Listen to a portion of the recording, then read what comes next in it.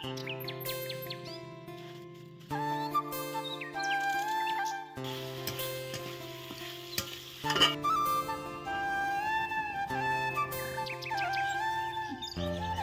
সকাল বন্ধুরা, এখন বাজে 6:30। প্রত্যেক দিনের মতো আজও সকালবেলা উঠে দেখো আমি কিন্তু বারান্দাটাকে ঝাঁট দিয়ে দিচ্ছি। আর প্রত্যেক দিন সকালে উঠে দেখি যে রকি খড়গুলোকে কিন্তু চারিপাশে ছড়িয়ে ছিটিয়ে রাখে। আর এদিকে দেখো বারান্দাটাকে আমি কিন্তু ভালোভাবেই ঝাঁট দিয়ে দিচ্ছি।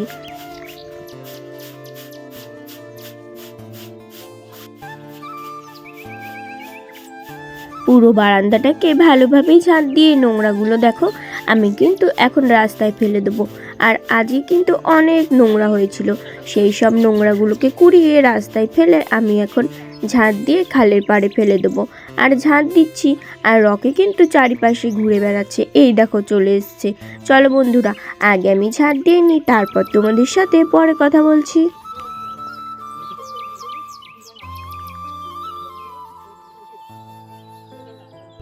Welcome back to my channel Priyanka simple housewife. তোমরা সবাই কেমন আছো? আশা করছি খুব ভালো আছো।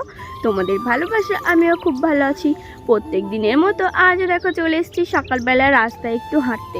আর আজকেও কিন্তু প্রচণ্ড পরিমাণেই কুয়াশা, প্রচণ্ড পরিমাণেই ঠান্ডা। আর সবাইকে জানাই আমার তরফ থেকে 2025-এর হ্যাপি নিউ ইয়ার। সবাই অনেক অনেক ভালো কাটুক দিনটা, আর সবাই অনেক অনেক মজা করো আজকে। চলো বন্ধুরা, এখন আর বেশি বক বক করবো না, বাড়িতে যে আগে বাসি কাজগুলো সেরে নিই, তারপর তোমাদের সাথে পরে কথা বলছি। রাস্তা থেকে হেঁটে সোজা দেখো আমি আর রকি বাড়িতে চলে আসছিলাম। আর ওই দেখো রকি কিন্তু আমার আগে আগে ছুটছে, আর আমি কিন্তু রকির পেছনে পড়ে গেছি। চলো বন্ধুরা, আগে বাড়িতে যাই, তারপর তোমাদের সাথে আবার কথা বলছি। বাড়িতেই সেই সোজা দেখো চলে আসলাম কিন্তু গাছে জল দেওয়ার জন্য। আর আমি আর বর দুজনে মিলে কিন্তু গাছে জল দিচ্ছিলাম। আর যেদিকে যাচ্ছি সেদিকে দেখো রকি কিন্তু পেছন পেছন যাচ্ছে। চলো আগে আমরা সবজি গাছে জল দিয়ে নিই, তারপর তোমাদের সাথে পরে কথা বলছি।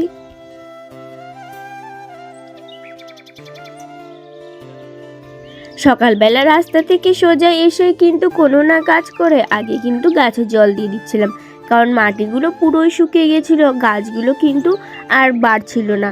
সেই জন্যই কিন্তু দুজনে মিলে লেগে পড়লাম সকালবেলা জল দিতে। আর এই দেখো আমি কলের থেকে জল নিয়ে এসে দিচ্ছি, আর ও কিন্তু এই দিকগুলোকে সব ভিজিয়ে দিচ্ছে।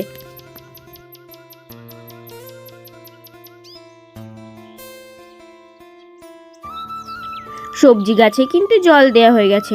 সবজি গাছে জল দিয়ে তারপর কিন্তু আমি বালতিতে করে জল নিয়ে সোজা চলে আসলাম ফুল গাছে দেবার জন্য। আর ফুল গাছগুলোয় আমি কিন্তু জল দিচ্ছি। আর এদিকে দেখো মগটা নিয়ে আমি এখন সব গাছের গোড়ায় গোড়ায় জল দিয়ে দিচ্ছি।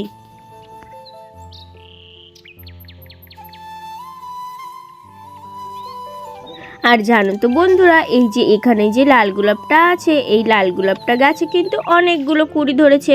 আর যখন ফুলটা ফুটেছিল তোমরা তো সেটা দেখেইছো, কত সুন্দর লাগছিল। আর এদিকে দেখো এই গাঁদা গাছগুলোও কিন্তু ফুলে ভর্তি হয়ে রয়েছে।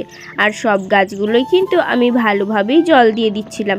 জল দিয়ে সব জায়গায় কিন্তু ভিজিয়ে দিয়ে সোজা আবার দেখো চলে আসলাম এপাশে জল দিতে।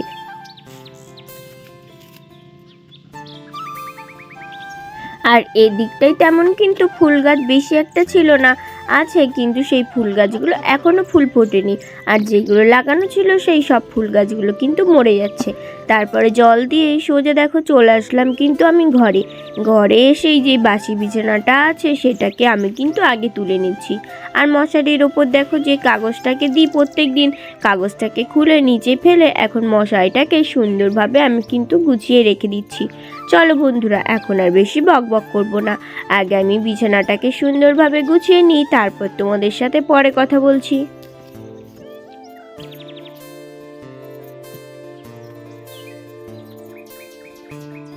বিছানাটাকে তো ভালোভাবে গুছিয়ে নিচ্ছি। আর এদিকে দেখো কাঁথা কম্বলগুলোকেও কিন্তু ভালোভাবে ভাঁজ করে রেখে দিচ্ছি। আর আমাদের এদিকে প্রচণ্ড পরিমাণেই কিন্তু ঠান্ডা পড়ছে। তোমাদের কার কার ওদিকে ঠান্ডা পড়ছে অবশ্যই কিন্তু আমাকে কমেন্ট করে জানিও। আর রাত্রিবেলা শোয়ার সময় কিন্তু প্রচণ্ডই ঠান্ডা লাগে। কারণ কি বলো তো, ওই যে মাথার কাছে জানলাটায় কিন্তু কোনো কিছু পর্দা বা জানলা নেই, সেই জন্যই কিন্তু হাওয়া ঢোকে। আর কি করব, এইভাবেই তো আমাদের থাকতে হবে। চলো এখন আর বেশি বক বক না করে আগে আমি বিছানাটা গুছিয়ে নিই, তারপর তোমাদের সাথে আবার পরে কথা বলছি।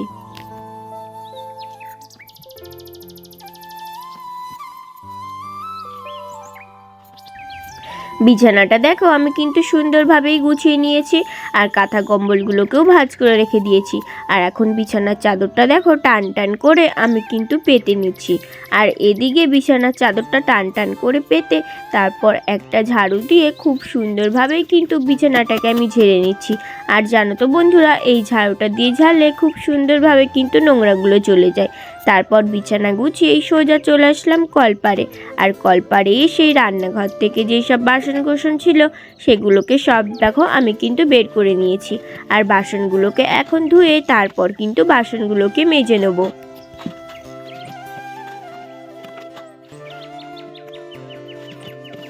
সব বাসনগুলোকে আমি কিন্তু ভালোভাবেই ধুয়ে নিয়েছি। তারপর দেখো এখন কিন্তু একটা একটা করে থালা বাসনগুলো মেজে নিচ্ছি। আর প্রত্যেক দিনেরই কাজ সকালবেলা উঠেই থালা বাসন মাজা, তাই আমিও দেখো প্রত্যেক দিন উঠে কিন্তু থালা বাসনগুলোকে মেজে নিচ্ছি। আর থালা বাসনগুলো মেজে মেজে আমি কলের তলায় রেখে দিচ্ছি। আর এইভাবে সব বাসনগুলো মাজা হয়ে গেলে তারপর কিন্তু বাসনগুলোকে আমি ধুয়ে নেবো।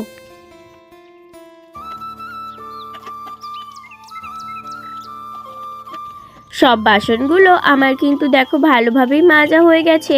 আর হাঁড়ি কড়াইটা পরে মাজবো, কারণ হাঁড়ি কড়াইয়ে তো কালি, সেই জন্যই হাঁড়ি কড়াইটা এখন আর মাজলাম না। বাসনগুলোকে ধুয়ে ধুয়ে আমি দেখো সাইডে কিন্তু রেখে দিচ্ছি। চলো বন্ধুরা, বাসনগুলো আগে ধুয়ে নিই, তারপর তোমাদের সাথে আবার পরে দেখা হচ্ছে।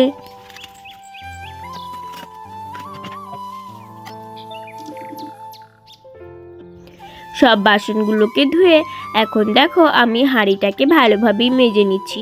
আর হাঁড়ির পেছনে প্রত্যেক দিন মাটি লেপে রাখি বলে খুব সুন্দরভাবে কিন্তু মাজার সময় কালিটা উঠে যায়, অতটা কিন্তু কষ্ট হয় না। আর এদিকে দেখো হাঁড়িটাকে মেজে আর একবার কিন্তু ধুয়ে নিলাম, কারণ বুঝতে পারছিলাম না যে কালিটা উঠেছে কিনা। তারপর দেখো ধুয়ে নিয়ে আর একবার কিন্তু হাঁড়িটাকে ভালোভাবেই মেজে নিয়েছি। হাঁড়িটা মাজা হয়ে গেলে এখন কড়াইটাকেও কিন্তু আমি খুব সুন্দরভাবে মেজে নিচ্ছি।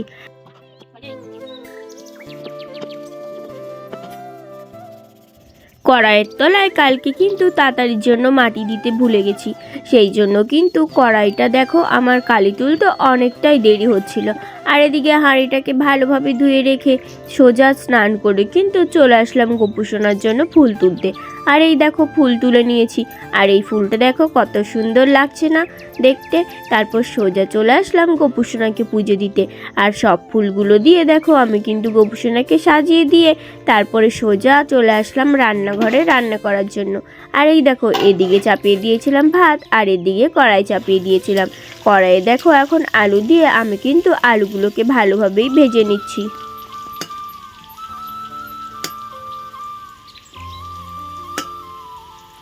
আলুগুলো এক পিঠটা কিন্তু ভাজা হয়ে গেছিলো, সেই জন্য আর এক পিঠটা কিন্তু উল্টে দিলাম। তারপরে আলুগুলোকে নামিয়ে রেখে আমি দেখো এখন কিন্তু পেঁয়াজটাকে ভেজে নিচ্ছি। আর তোমরা তো দেখে বুঝতেই পারছো যে কি রান্না করব। হ্যাঁ, আজকে কিন্তু মাংস রান্না করব। আর এদিকে দেখো পেঁয়াজ, তেজপাতা আর মশলাটাকে একসাথে কিন্তু আমি ভালোভাবেই কষিয়ে নেবো।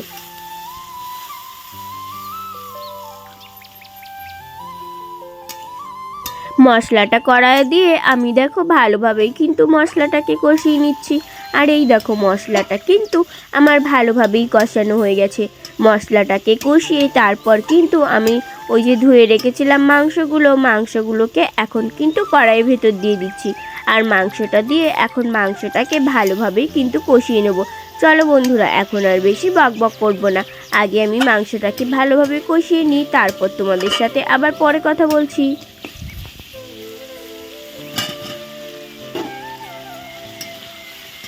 মাংসের মধ্যে দেখো আমি কিন্তু আলুও দিয়ে দিলাম। আলুগুলোকে আগেই ভেজে রেখেছিলাম, আর এখন সবগুলো কিন্তু একসাথেই ভালোভাবে কষিয়ে নিচ্ছি। আর তোমরা কে কেমনভাবে মাংস রান্না করো অবশ্যই কিন্তু কমেন্ট করে জানিও। মাংসটাকে কষিয়ে আমি দেখো কড়াইতে কিন্তু জল দিয়ে দিয়েছি। আর জল দেওয়ার পরে এই দেখো মাংসটা কত সুন্দর টকবক করে ফুটছে।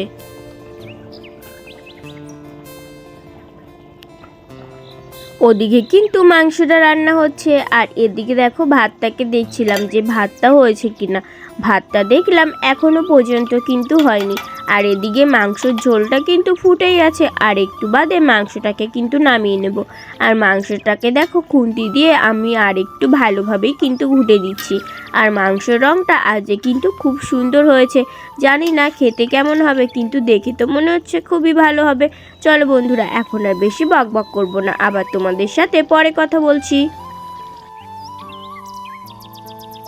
আর এই দেখো মাংসটা রান্না হয়ে গেছে, আর এদিকে কিন্তু ভাতটাও রান্না হয়ে গেছে। আর আজকের ভিডিওটা তোমাদের কেমন লাগলো অবশ্যই কিন্তু কমেন্ট করে জানাবে। সবাই ভালো থাকবে, সুস্থ থাকবে, সাবধানে থাকবে। ধন্যবাদ।